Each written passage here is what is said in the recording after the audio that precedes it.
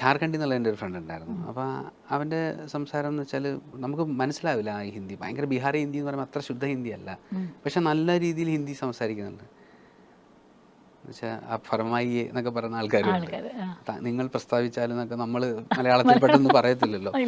അപ്പോൾ അതൊക്കെ കേൾക്കുമ്പോൾ ഭയങ്കര രസമായിട്ട് തോന്നി. പിന്നെ അതെനിക്ക് ഉള്ളിൽ ഇങ്ങനെ കടന്നു. ഓക്കെ, നമ്മളതിങ്ങനെ പരിപോഷിപ്പിച്ചുകൊണ്ടേ പോയി. പിന്നെ ഞാൻ MBA കഴിഞ്ഞപ്പോൾ ഒരു ജോലി അത്യാവശ്യമായിരുന്നു. ഏതൊരു മലയാളിയും പോലെ ഞാനും ജോലിയായി.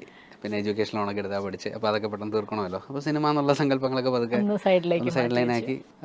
LGയിലൊക്കെ വർക്ക് ചെയ്യുമ്പോഴൊക്കെ നമ്മൾ ഹെഡ് ഓഫീസിലുള്ള ഇൻട്രാക്ഷൻ എല്ലാം അധികവും ഈ ഹിന്ദിയിലും ഇംഗ്ലീഷിലൊക്കെ ആകുമ്പോൾ അപ്പോഴും നമ്മളിങ്ങനെ അന്ന് സിനിമകൾ ഇഷ്ടംപോലെ കാണും കേട്ടോ. അപ്പോഴും നമ്മുടെ മേളിലിരിക്കുന്ന ആൾക്കാരോ ഡിസ്ട്രിബ്യൂട്ടേഴ്സിനെയൊക്കെ നമ്മൾ ഇമിറ്റേറ്റ് ചെയ്യലാണ് അന്നും പരിപാടി. അന്നും പലരും എൻ്റെ അടുത്ത് ചോദിച്ചിട്ടുണ്ട്, നിനക്ക് പറ്റുന്ന പരിപാടി വല്ല സിനിമയിലൊക്കെ ഒന്ന് ട്രൈ ചെയ്തൂടെ.